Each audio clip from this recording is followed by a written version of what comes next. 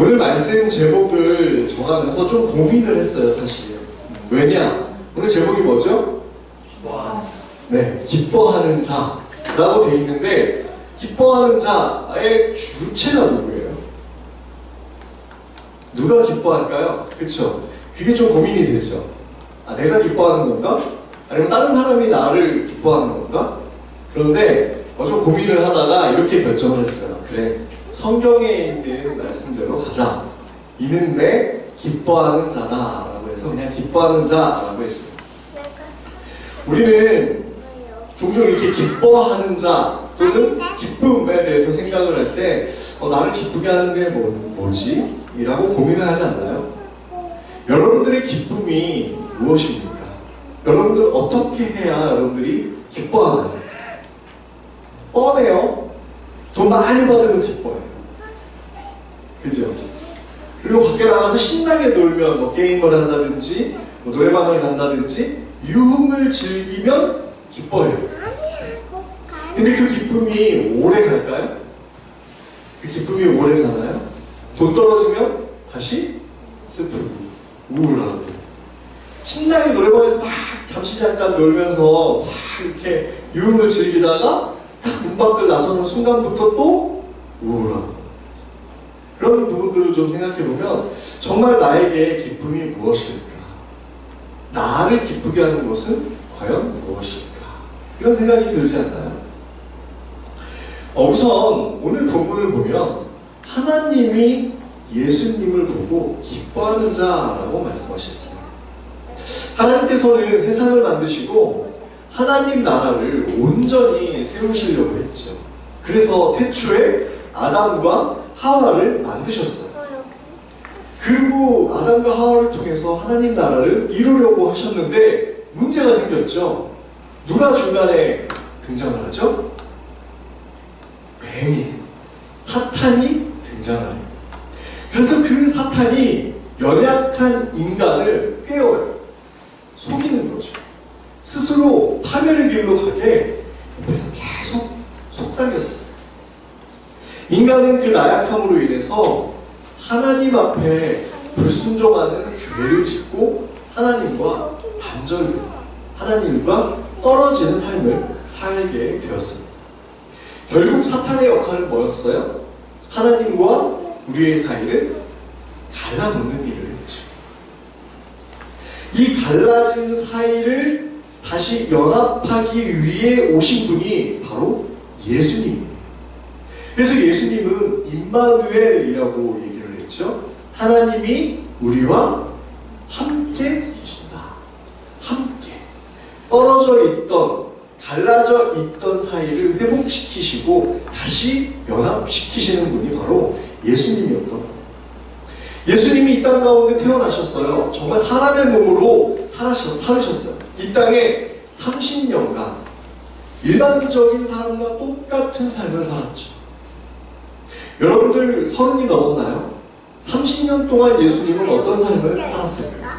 나이가 30이 되기까지 어떤 일을 과연 했을까요? 정말 이렇게 편안하게 공부하면서 성경을 연구하고 그래, 하나님 말씀이 이거였지. 아니면 회당에 가가지고 회당장들과 대화와 토론을 하며 예수님의 그 말씀 가르침을 가르치셨을까요?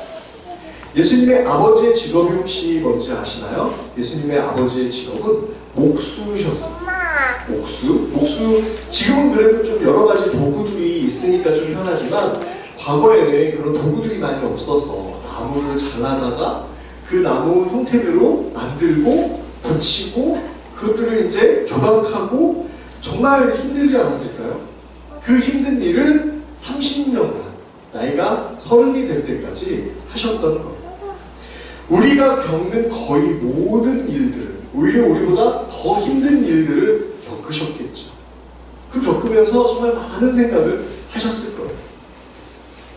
요즘 저도 많은 일들을 겪고 있습니다. 요즘 세상 정말 담임 목사님들이 얼마나 정말 훌륭하신지, 그리고 정말 사장님들이, 자영업을 하시는 사장님들이 얼마나 힘든지. 물론 이제 직원 생활을 했었기 때문에 직원들의 힘든 것도 물론 너무너무 잘 알죠. 특히 영업하시는 분들도, 저도 영업을 한 10년 했기 때문에 그런 일하는 사람들의 고통이 얼마나 힘든지, 그리고 또 일하는 사람뿐만 아니라 그때 사용하시는 사용자 사장님들도 쉽지 않구나. 난 사장이 되면 정말 편하고 돈 많이 벌어서 그냥 혼자 이렇게 그럴 줄 알았어요. 그러지 않더라고요. 쉽지 않더라고요, 정말. 그리고 저희가 집에서 야식을 시켜 먹거나 이럴 때 누가 오죠? 이제 오토바이로 이렇게 배달해 주시는 분이 오잖아요. 물론 저도 예전에 그런 아르바이트를 했었어요. 이제 휘문고 앞에 도시락을 뚝배기를 이제 배달하는 일을 했었는데, 그 배달하는 일을 할 때 그런 생각이 들었어요. 절대 늦는다고 뭐라 하지 말자. 그리고 음식이 조금 이렇게 흔들리고 그래도 좀 이렇게 좀 이해를 하자. 왜냐하면 뚝배기에 불속비빔밥을 시켰는데 오토바이를 세워놓다가 그날 넘어져가지고 난리가 났죠? 난리가 났는데 그거를 딱 들었더니 화를 보통 내야 되잖아요. 다시 만들었기 죄송합니다 이래야 되는데, 그분이 너무 너그럽게 괜찮아요, 들고 가세요, 수고 많으셨을 텐데, 그걸 보고 나도 저래야겠다. 요즘 세상 배달하시는 분들이 얼마나 힘든지 조금은 알고 날아가고 있어요. 자, 이처럼 예수님도 이 땅 가운데 오셔서 사람들이 얼마나 힘들게 살아가는지 그 어려움들을 다 겪으시고 충분히 공감하고 이해하실 수 있겠죠. 그쵸? 자, 이제 30년 동안 그렇게 일반적인 인생을 사시고 이제 공적인 생애를 사시는 시기가 바로 때가 되어서 이제 하나님의 뜻을 따라 예수님에게 맡겨진 그 주어진 사명을 감당하기 위해 공생애를 시작합니다. 공생애의 사역의 첫 시작이 뭐냐? 바로 세례를 받으시는 거였어요. 예수님은 죄가 있으신가요? 예수님은 하나님을 믿어야 되는 그런 믿음이 필요했나요? 그럼에도 불구하고 예수님은 세례 요한에게 찾아가서 세례를 받으려 했습니다. 우리 13, 14절 함께 읽어볼까요? 오늘 본문의 13절과 14절입니다. 시작. 예수께서 갈릴리로 요단강에 이르러 세례를 받으려 하시되 요한이 말려 가로되 내가 당신에게 세례를 받아야 할 터인데 당신이 내게로 오시나이까. 네, 세례 요한이 예수님이 오시는 것을 보고 깜짝 놀랐어요. 세례 요한은 예수님이 누구신지 이미 알고 있었죠. 누구보다도 높으시고 온 우주를 다스려야 될 그 예수님께서 요한에게 세례를 받으러 오신 겁니다. 요한은 오히려 자신이 세례를 받아야 한다고 말을 하고 있죠. 그러나 예수님은 이렇게 말씀하셨습니다. 우리 15절입니다. 함께 읽어볼게요. 시작.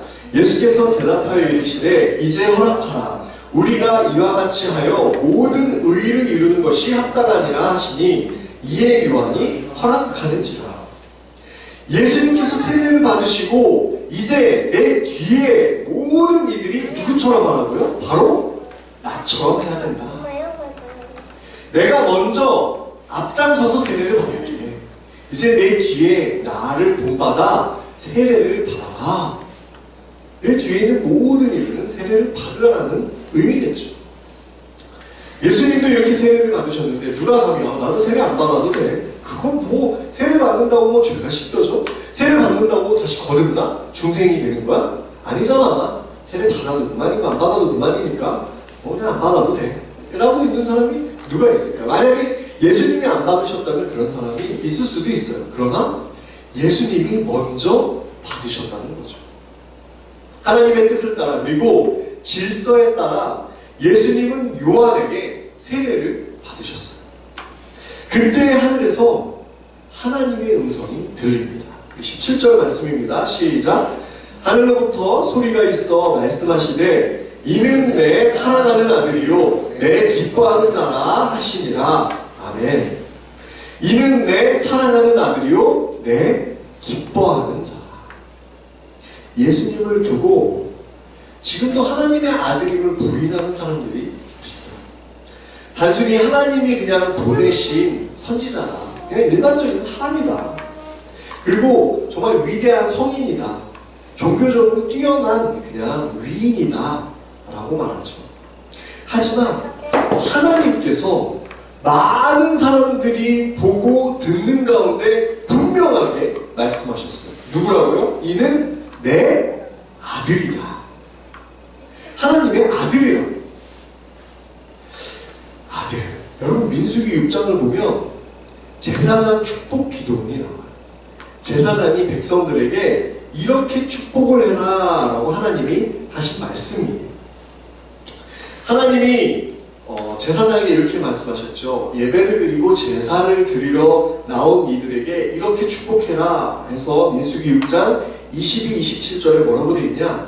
여호와께서 모세에게 말씀하여 이르시되 아론과 그의 아들들에게 말하여 이르기를 너희는 이스라엘 자손을 위하여 이렇게 축복하여 이르되 여호와는 내게 복을 주시고 너를 지키시기를 원하며 여호와는 그의 얼굴을 내게 비추사 그 은혜 베푸시기를 원하며 여호와는 그 얼굴을 내게로 향하여 드사 평강 주시기를 원하노라 할지니라 하라.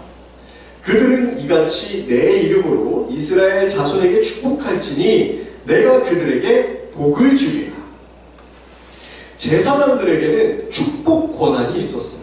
복을 빌 수 있는 권한이 있었어요. 축복하면 어떻게 한다고요? 하나님이 그들에게 복을 준다고요. 이게 구약의 축도예요. 신약의 축도는 고린도후서 13장 13절에 있죠. 주 예수 그리스도의 은혜와 하나님의 사랑과 성령의 교통이 너희에게 있을지어다. 우리 축도할 때 그렇게 축복하잖아요. 이게 신약의 축도예요. 축복기도예요. 구약의 축복기도는 바로 여기에 나와 있어요. 그런데 어떻게 되냐? 신약에는 성부와 성자와 성령의 이름이 들어가잖아요. 여기도 성부와 성자와 성령이 들어가요. 우선 첫 번째, 내게 복을 주시고 너를 지키시기를 원하며. 복을 주시는 분이 누구예요? 하나님 말고 없어요. 성부 하나님에 대해서 말씀하고 있어요. 이 하나님이 복을 주시고 그리고 왕적인 그 권위와 권세로 왕으로서 주의 자녀들, 주의 백성들을 지키는 거죠. 여호와는 너에게 복을 주고 너를 지키시기를 원한다. 두 번째는 그 얼굴을 내게 비추사 은혜 베푸시기를 원한다. 얼굴을 비춰서 은혜 베푸신대요.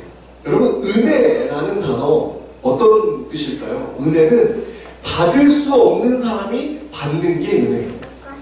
죽을 수밖에 없는 죄인, 죽을 수밖에 없는 사람들이 받은 게 뭐예요?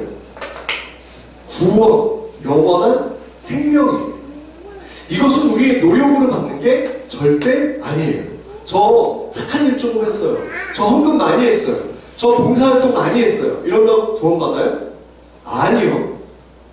죽을 수밖에 없는 그 죄인에게 주어지는 것이 바로 은혜예요. 이 은혜는 누가 줄까요? 누구를 통해 주나요? 성자 예수 그리스도의 그 십자가의 은혜로 주시는 거죠. 성자 예수님에 대해서. 자, 세 번째는 그 얼굴을 내게로 향하여 드사 평강 주시기를 원하노라. 여러분, 마음의 평안함, 이 평강은 누가 주실까요? 내 안에 성령 하나님이 주시는 마음. 성령님이 함께할 때 바깥에 아무리 요동치고 아무리 나를 흔들고 괴롭혀도 내 안에 성령 하나님이 든든하게 있다면 나는 그것에 흔들리지 않아요. 마치 물컵이 물 위에 떠 있어요. 물컵이 물 위에 떠 있는데 거기 비어 있으면 어떻게 돼요? 풍랑일 때 막 흔들리겠죠. 물이 반쯤 차 있어요. 반쯤 차 있으면 어떻게 될까요? 빈 거나 반 차 있는 거 똑같아요. 근데 꽉 차서 푹 잠겨 있으면 어때요? 밖에 아무리 요동을 쳐도 흔들리지 않아요. 성령으로 충만한 사람은 바깥의 외부의 세력에 흔들리지 않는다는 거예요. 진정한 마음의 평안. 우리 아까 처음에 인사했죠. 어떻게 인사했나요? 샬롬. 샬롬. 이게 우리나라 말로 안녕하세요. 안녕, 평안 하라는 거예요. 안녕하세요. 평안하세요. 샬롬. 성령 하나님께서 주시는 완전한 평안, 평강. 이것은 성령 하나님이 주시는 거예요. 그런데요, 여기에 있는 말씀 중에 이 말이 눈에 들어요. 얼굴을 내게 비추사, 얼굴을 내게 향하여 드사. 하나님의 얼굴을 우리의 앞에 향하여 둔대요. 또 생각나죠? 호랑이인데요. 얼굴을 향하여 들고 하나님께서 얼굴을 비친대요. 어떤 게 생각나요? 마치 아이가 갓 태어났을 때 두 팔로 이 아이를 들어 올려서 이 아이의 얼굴을 마주대하는 거.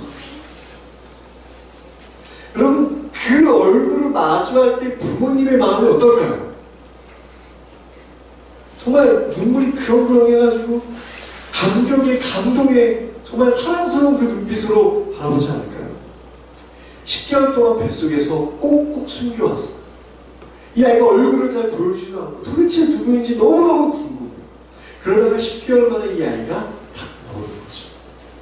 그때 그 기다림, 10개월 동안의 그 긴 기다림 가운데 처음 딱 마주했을 때의 그 바로 그 기분인 거죠. 휘은이도 엄마 뱃속에 있을 때 이 초음파 검사를 하잖아요. 요즘에 초음파 검사하면 이렇게 얼굴이 잘 보이는데 휘은이도 얼굴을 이렇게 잘 숨겼어요. 바로바로 이렇게 얼굴을 보여주면 좋은데 부끄러움이 많은지 뱃속에 있을 때부터 숨겼어요. 그래서 초음파 찍을 때 제대로 얼굴을 못 봤어요. 그러니 얼마나 더 궁금해요. 엄마 아빠가 정말 궁금해하지 않겠어요? 이 아이가 도대체 어떻게 생겼을까? 요즘에 초음파는 입체 초음파로 정말 똑같이 나오거든요. 자, 이렇게 정말 궁금했던 바로 그 얼굴을 10개월 만에 마주하니 얼마나 행복하고 얼마나 사랑스럽고 얼마나 감격스럽겠어요.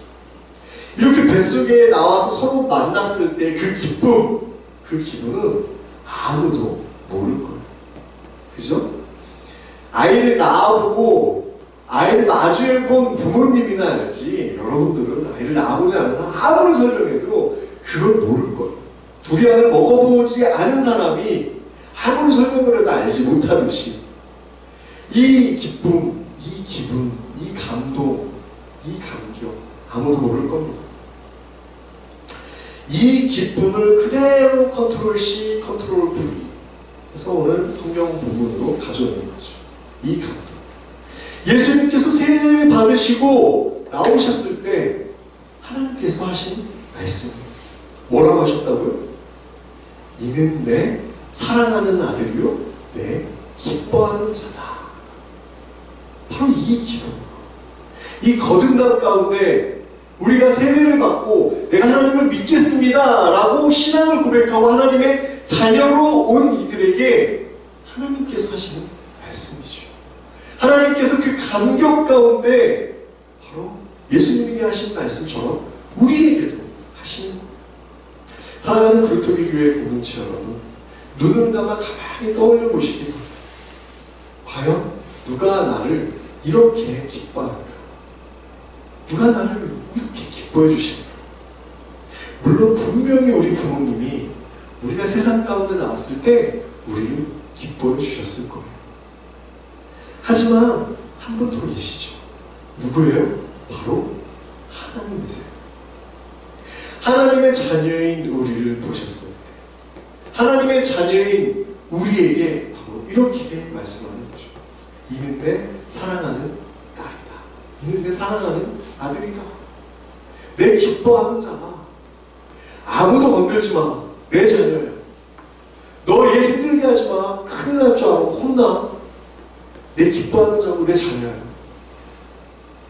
여러분 실제로 여러분들의 자녀가 학교에서나 바깥에서 힘든 일을 겪고 안 좋은 일을 겪는다면 가만히 있을 부모가 세상 어디 있을까요? 그쵸? 쫓아나가지고 진짜 아주 그냥 내가 혼쭐을 내려면 내놨지 여러분 가만히 있을까요? 하나님이 우리를 향해 이런 마음을 품고 계시는 거예요. 이는 내 사랑하는 자. 이는 내 기뻐하는 자.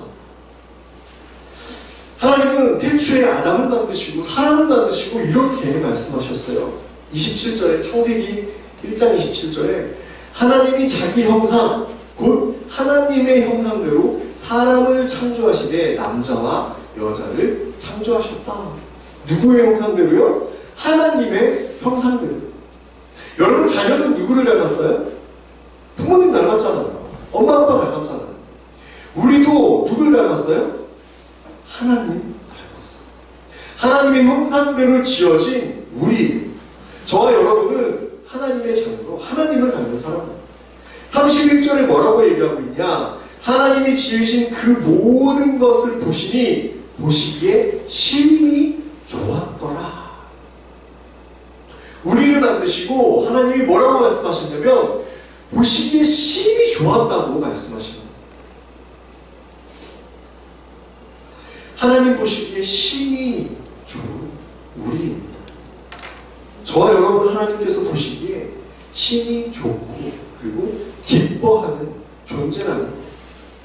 물론 세상의 악한 죄악에 물들어서 정말 꼬질꼬질 지저분한 존재인 것처럼 보일 수 있습니다. 하나님 앞에 정말 우리가 죄인이고 하나님 앞에 감히 함부로 나갈 수 없는 그런 죄인인 것은 분명해요. 마치 유치원 아이들이 모래놀이터에서 막 장난하고 신나게 놀았어요. 그리고 집에 딱 들어왔을 때 부모님이 뭐라고 그럴까요? 그 유치원 꼬마 아이들에게 뭐라고 할까요?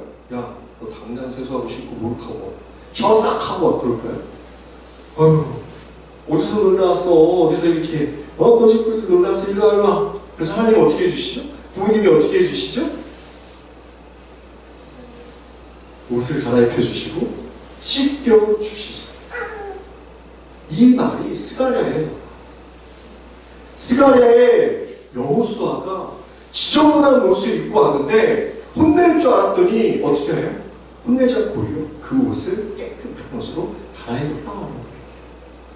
마치 길바닥에서 지저분하게 놀던 아이가 부모님에게 딱 왔을 때 부모님이 야 더러워 저리 가! 이게 아니라 탁 안아주면서 어디서 너 이렇게 꾸짖꾸짖 이리 와라 이거 갈아입자 하고 갈아입혀주고 씻겨주듯이.